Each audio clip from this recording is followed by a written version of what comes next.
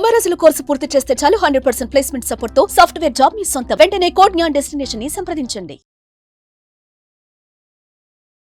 నమస్కారం అలగరి రవీంద్రనాథ్ గారు. నమస్తే అండి సరి గారు. రీసెంట్ గా సైఫ్ అలీ ఖాన్ గురించి వచ్చిన ఏవైతే వార్తలు ఉన్నాయో అవన్నీ కూడా ప్రీ ప్లానింగ్ యాక్టింగ్ అని, అండ్ అలాగే తనని హాస్పిటల్కి తీసుకెళ్ళింది కూడా వాళ్ళ పెద్ద కొడుకు కాదు అని, చంపింది కూడా బంగ్లాదేశస్తుడు కాదు అని, ఇలాంటి వార్తలన్నీ కూడా మనం వింటూ ఉన్నాం.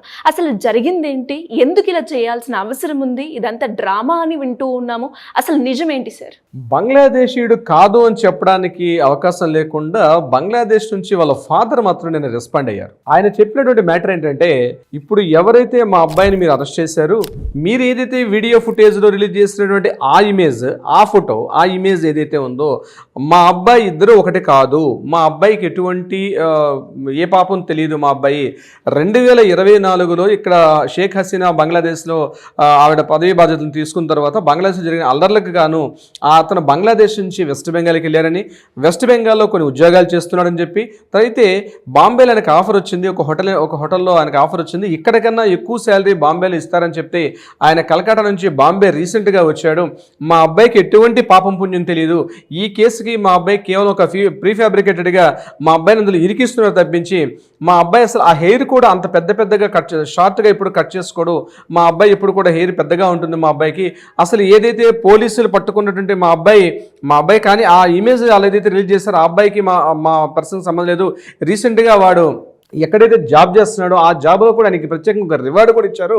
దానికి సంబంధించిన అతని వర్క్మెన్షిప్ నచ్చి మా అబ్బాయి చాలా మంచివాడు అని చెప్పి ఒక ట్విస్ట్ ఏంటంటే, ఎవరైతే నిందితుడిగా చూపించుంటే మహమ్మద్ ఇష్రఫ్ అల్ అహ్మద్ అని ఏదైతే పేరు చెప్తున్నారో వాళ్ళ ఫాదర్ రీసెంట్గా బంగ్లాదేశ్ నుంచి ఆయన ఒక ప్రెస్ నోట్ కూడా, అంటే ఆయన ఒక మీడియా ద్వారా కూడా చెప్పడం జరిగింది. అందులో భాగంగా కూడా ఏం చెప్పాడంటే, మేము ఎవరైనా ఇండియాలో మా అబ్బాయి తరపున ఎవరైనా మాట్లాడతారంటే కేసుని ఎవరైనా తీసుకుంటారని చెప్తూ, బంగ్లాదేశ్లో కూడా మేము న్యాయ పోరాటం చేస్తాం, ఇక్కడ నుంచి కూడా మా అబ్బాయిని ఎటువంటి పాపం పుణ్యం తెలియదు, మా అబ్బాయిని విడిపించేసేయండి అని చెప్పి బంగ్లాదేశ్ నుంచి వాళ్ళ ఫాదర్ మాట్లాడడం కూడా ఒక కొంత ఇంట్రెస్టింగ్ అనిపిస్తుంది.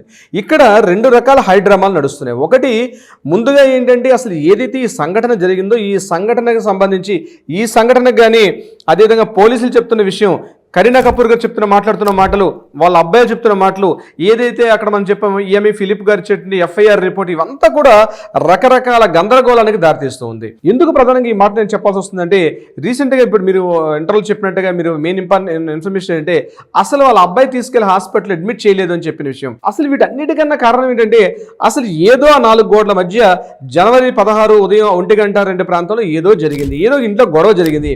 ఆ గొడవ ముందుగా ఏమనుకున్నట్టే కరీనా కపూరే ఆ గొడవ కారణం అని చెప్పి అనుకున్న తర్వాత, లేదు వీళ్ళ ఫ్యామిలీలో గొడవ నడుస్తుంది, ఆ గొడవ వల్ల ఇట్లా జరిగింది, వాళ్ళ అబ్బాయి కత్తితో పొడి చేశాడని చెప్పి అంటున్నారు. మరి అగంతకుడు వచ్చినట్టు అగంతకుడు ఎవరు, ఆ ఇమేజ్ ఎప్పుడుది, అసలు లైవ్లో ఉన్న ఇమేజ్ అయినా? ఎందుకంటే పోలీసు చెప్పిన అనుమానాస్పదం ఏంటంటే, ముందుగా స్టెప్స్ దిగుతున్నటువంటి ఒక ఫోటో ఫస్ట్ రిలీజ్ చేశారు, అది కూడా 11th ఫ్లోర్లో దిగుతున్నటువంటి ఒక ఇమేజ్ చూపించారు ఫస్ట్. తర్వాత 11th ఫ్లోర్ కాదు 6th ఫ్లోర్లో ఉన్నటువంటి ఇంకో ఇమేజ్ అని చెప్పి 1 డే తర్వాత రిలీజ్ చేశారు. అంటే ఇవన్నీ కూడా రకరకాల కథనాలు, రకరకాల డౌట్స్ చెప్తుందంటే ఇక్కడ పొంతనలేనటువంటి సమాధానాలు. పోలీసులు చెప్పింది ఒకటి, ఇక్కడ జరుగుతుంది ఒకటి, కనిపిస్తున్న ఆధారాలు ఇంకో రకంగా ఉన్నాయి. ఇదంతా కూడా దేనికో దారితీస్తుంది. ఇదిలా ఉంటుండగా December 13 మనకి జడ్జిమెంట్ ఇచ్చారు, అంటే మధ్యప్రదేశ్ భోపాల్ ప్రభుత్వం. లాస్ట్ టైం కూడా మనం మాట్లాడుకున్నాం దీనికి సంబంధించి. వీళ్ళ ప్రాపర్టీకి సంబంధించింది భోపాల్లో ఉన్నటువంటి ఫాస్టాఫ్ హౌస్ అని చెప్పి ఏదైతే ఉందో అదొక 15,000 కోట్ల రూపాయల ప్రాపర్టీ అని చెప్పారు. ఈ కేసుకు సంబంధించి ఈ రోజు అక్కడ ఫైలింగ్ చేయాలి. అంటే అక్కడ ఏమైంది, కస్టడీ ఆఫ్ ఎనిమీ యాక్ట్ అని చెప్పి 1968 ప్రకారం ఆ ప్రాపర్టీ కంప్లీట్గా ప్రభుత్వానికి చెందుతుందని చెప్పి ప్రభుత్వం ఉత్తర్వులు జారీ చేసినప్పుడు కూడా వీళ్ళు ఎక్కడ రెస్పాండ్ ఈ రోజు వరకు కూడా రెస్పాండ్ కాలేదు దీనికి సంబంధించి. ఇంకా రెస్పాండ్ కాకపోతే ఈ ప్రాపర్టీ యాస్టీస్గా వెళ్ళిపోతుంది. అంటే యాక్చువల్గా ఆ భోపాల్లో ఉన్న ప్రాపర్టీ యాక్చువల్లీ అంటే వీళ్ళ తాతగారు అండి ఇఫ్తిఖర్ అలీ ఖాన్ అని చెప్పి వీళ్ళ తాతగారు అనమాట. వాళ్ళ తాతగారి యొక్క భార్య అయినటువంటి అబీదా అనే ఒక లేడీ ఉండేది. అబీదా సాజిదా సుల్తాన్ ఇద్దరు కూడా సిస్టర్స్. సాజిదా సుల్తాను వీళ్ళ తాతగారి తాలూకా భార్య, సాజిదా సుల్తాన్ గారి తాలూకా సిస్టరే ఈ అబీదా. అంటే ఈ ప్రాపర్టీస్ ఏదైతే ఉందో న్యాయపరంగా వంశపారంపర్యంగా అబీదాకి చెందిన ప్రాపర్టీస్ ఆవిడ ఎప్పుడైతే కాందీసీకులుగా ఆవిడ ఎప్పుడైతే వెళ్ళిపోయారో పాకిస్తాన్ వెళ్ళిపోయారు కాబట్టి ఆ ప్రాపర్టీస్ ఇండియాకి చెందాల్సినవిగా ఆల్రెడీ ఒక యాక్ట్ ఉంది కాబట్టి ఇది ప్రభుత్వం తీసుకునే అవకాశం కల్పించే అవకాశం వచ్చింది. కానీ 2019 ఏం జరిగిందంటే, ఈ ప్రాపర్టీస్ వారసత్వం మాకు హక్కు ఉందని చెప్పి సైఫ్ అలీ ఖాన్ గారు వారసులుగా దీనికి వెళ్ళేటప్పుడు, లేదు ఈ ప్రాపర్టీ మీకే చెందుతుందని చెప్పి అప్పుడు 2019లో తీర్పు వచ్చింది. దాని తర్వాత జరిగిన సంఘటనల పరిణామాలు వెంటనే మారిపోయి ఇప్పటివరకు కూడా వాళ్ళు కోర్టులో వెళ్ళకపోవడం, దీని మీద రీసెంట్గా హైకోర్టు జడ్జిమెంట్ ఏమి ఇచ్చిందంటే వివేక్ అగర్వాల్ గారి తాలూకా ధర్మాసనం ఏం తీర్పు చెప్పారంటే ఈ ప్రాపర్టీ చెందుతుంది ఇమీడియట్గా, ఏమైనా ఒక 30 డేస్లో మీరు ఇమీడియట్గా దీని మీద కౌంటర్ ఏమని చెప్పారు. ఇప్పటిదాకా వాళ్ళ కౌంటర్ వేసిన దాఖలాలు కూడా లేవు. అంటే ఈ ప్రాపర్టీకి సంబంధించి సైఫ్ అలీ ఖాన్ గారి ఇంట్లో ఏమైనా గొడవలు జరుగుతున్నాయా అన్న విషయంలో జరుగుతున్నాయి. వీళ్ళు యాక్చువల్గా సినిమా యాక్టర్స్, వీళ్ళు తెర మీద నటించాల్సిన నటీనటులు వీళ్ళు తెర ముందు కూడా జీవించేస్తున్నారా అని చాలా మందికి డౌట్ వస్తుంది. అంటే ఇదంతా కూడా వెనకాల డైరెక్షన్ ఎవరు, కథా స్క్రీన్ ప్లే ఎవరు నడిపిస్తున్నారు, వితౌట్ మ్యూజిక్ లెస్ ఈ మ్యూజిక్ ఈ యొక్క మొత్తం ఇదంతా కూడా ఒక సినిమా స్టోరీలా ఉంది తప్పించి ఇది రియల్గా జరిగింది అనడానికి ఎవరు కూడా నమ్మే పరిస్థితి లేరు.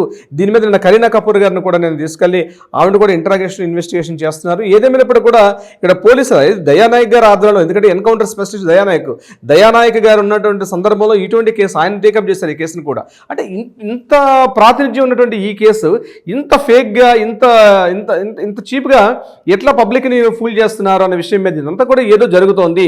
నిజంగా సైఫ్ అలీ ఖాన్ గారు కావాలని చెప్పి నా మీద దాడి జరిగిందని చెప్పి పోలీస్ స్టేషన్ అంటే హాస్పిటలైజ్ అయ్యారా, అసలు కార్లు లేకపోవడం ఏంటి, ఇంట్లో సీసీటీవీ ఫుటేజ్ లేకపోవడం ఏంటి, ఇంటి పని మనుషులు చెప్పే విధానం ఏంటి, ఇంట్లో గన్మన్స్ లేరు, ఇంట్లో సెక్యూరిటీ సిబ్బంది లేరు, ఇద్దరు యాక్టర్స్ కరీనా కపూర్ పెద్ద యాక్టర్, సైఫ్ అలీ ఖాన్ గారు పెద్ద యాక్టర్, వీళ్ళిద్దరి మధ్య భద్రతా సిబ్బంది ఏమైపోయారు, గన్మన్స్ ఏమైపోయారు, డ్రైవర్స్ ఏమైపోయారు, అసలు ఇంట్లో పని మనుషులు ఏమైపోయారు, ఎవరు లేకుండా ఒక అనామకుడిగా కింద దిగి ఆటో ఎక్కేసి ఎలా వెళ్ళిపోతారు అన్న విషయం మీద రకరకాల భిన్న ధృవాలు. ఎందుకంటే వేల కోట్ల ఆస్తి పరుల వాళ్ళు ఏమైనా ఒక సినిమా యాక్టర్స్ అంటే సినిమా యాక్టర్స్ కాదు, నవాబు వంశస్థులు, వాళ్ళు ఆల్రెడీ వాళ్ళ పుట్టుకతోటే గోల్డెన్ స్పూన్తో పుట్టినటువంటి ఒక ఫైనాన్షియల్ రిచ్ పర్సన్స్ వీళ్ళు.